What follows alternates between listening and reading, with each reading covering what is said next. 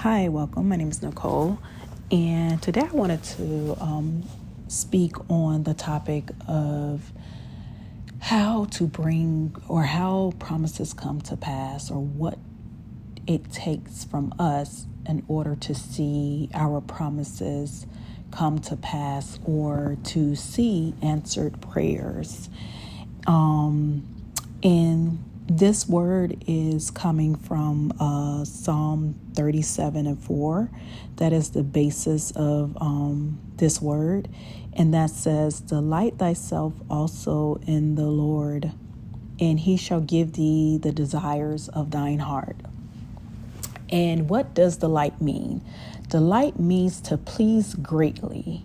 So, in other words, when we begin to please the Lord greatly by doing whatever he desires us to do, whatever he instructs us to do, he's telling us to do, when we're obedient, he will give us the desires of our heart.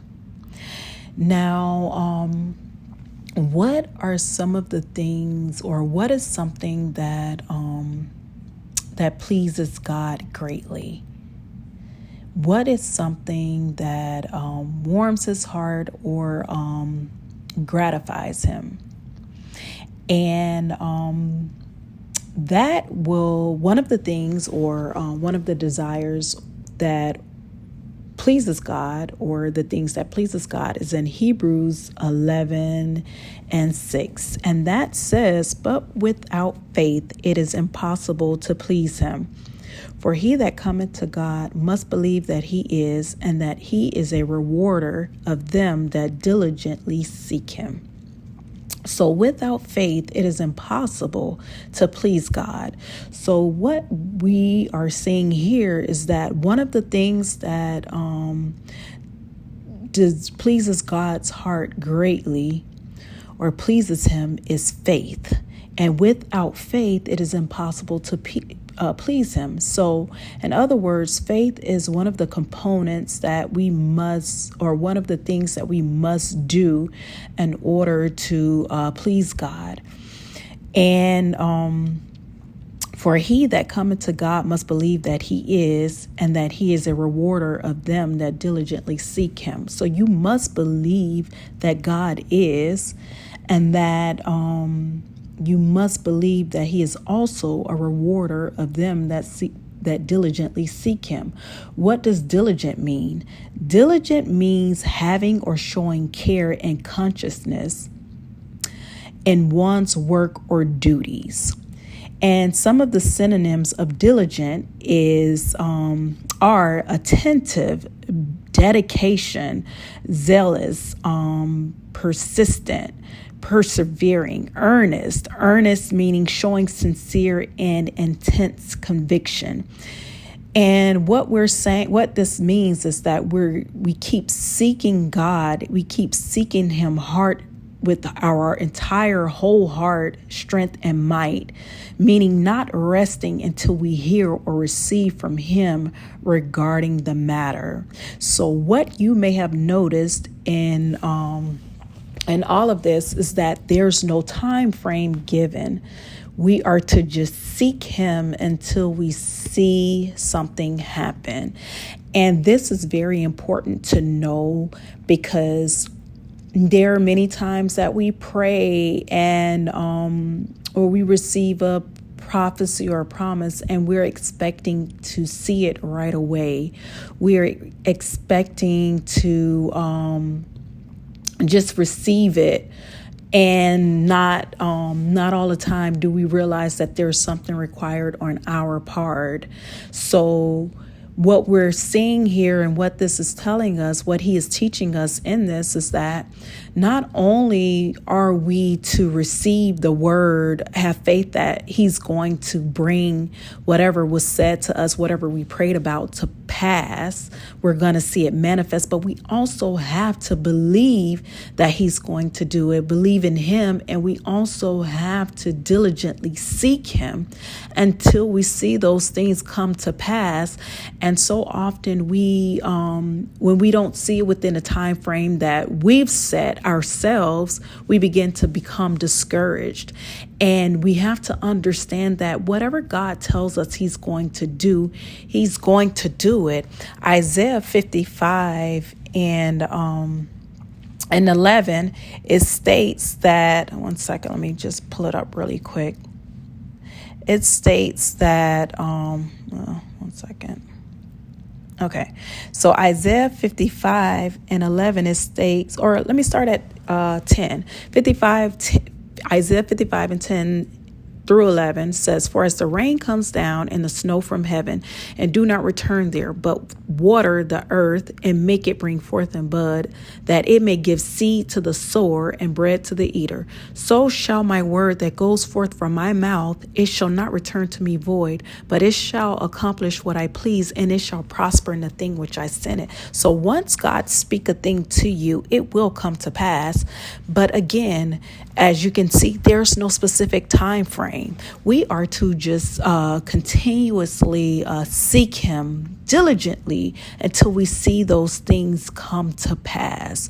We are not to stop and be discouraged, because when you become discouraged, now that means that you're not believing or you're not trusting him, that your faith is wavering, and your faith cannot be wavering, because when it comes to faith, faith is something that's stagnant.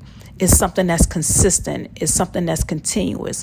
So we have to remain faithful and our well-doing and whatever he's spoken to us, because once those words leave his mouth, they're not going to return to him void. They're going to happen. But sometimes it takes time, and that time is always the perfect time. God knows when we're ready for something. He knows when that perfect and that appointed time is. And it is our job to continue to seek him until we reach that appointed time and see that it manifests, in our lives. And, I have an example of seeking God until something happens. And in this, you would notice that it wasn't something that took place right away, but through the diligence of this woman, it ended up happening. And this is coming from Luke 8:43 through 48. And that says, "Now a woman having a flow of blood for 12 years, who had spent all her livelihood on physicians and could not be healed by any, came from behind and touched the border of his garment, and immediately her flow of blood stopped. And Jesus said, 'Who touched me?' When all denied it, Peter and those with him said, 'Master, the multitudes throng and press you, and you say, Who touched me?' But Jesus said, Somebody touched me, for I perceived power going out from me.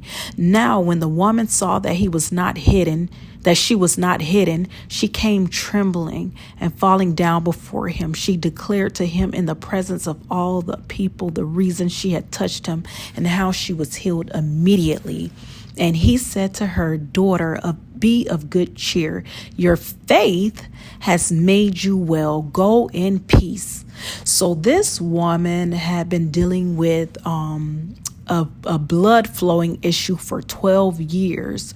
She spent all of her money, all of her livelihood on physicians, all of her time going to physicians, and she could not be healed by any. So what this is telling us is Jesus was the one that was holding her healing.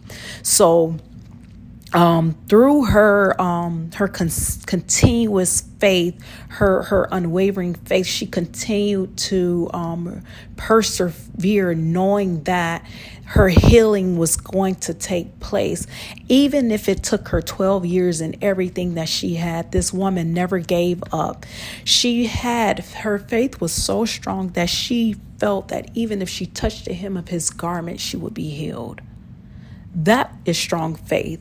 And that is the type of faith that we must have in order to see the things that God promises us to take place.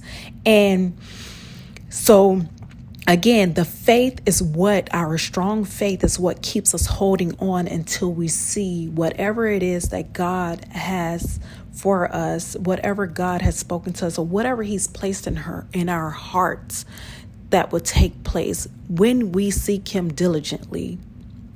When we seek him diligently, we will see whatever it is that he's promised us come to pass. And that is how we see our promises come to pass, by never giving up, by continuing to press forth and be persistent in our seek until we see it come to pass in our life. So I pray that this word helps someone, that this blesses someone, and that this will encourage you to continue to persevere and persist through your seeking of God in whatever matter it is or whatever promise it is that he's giving you until you see it come to pass.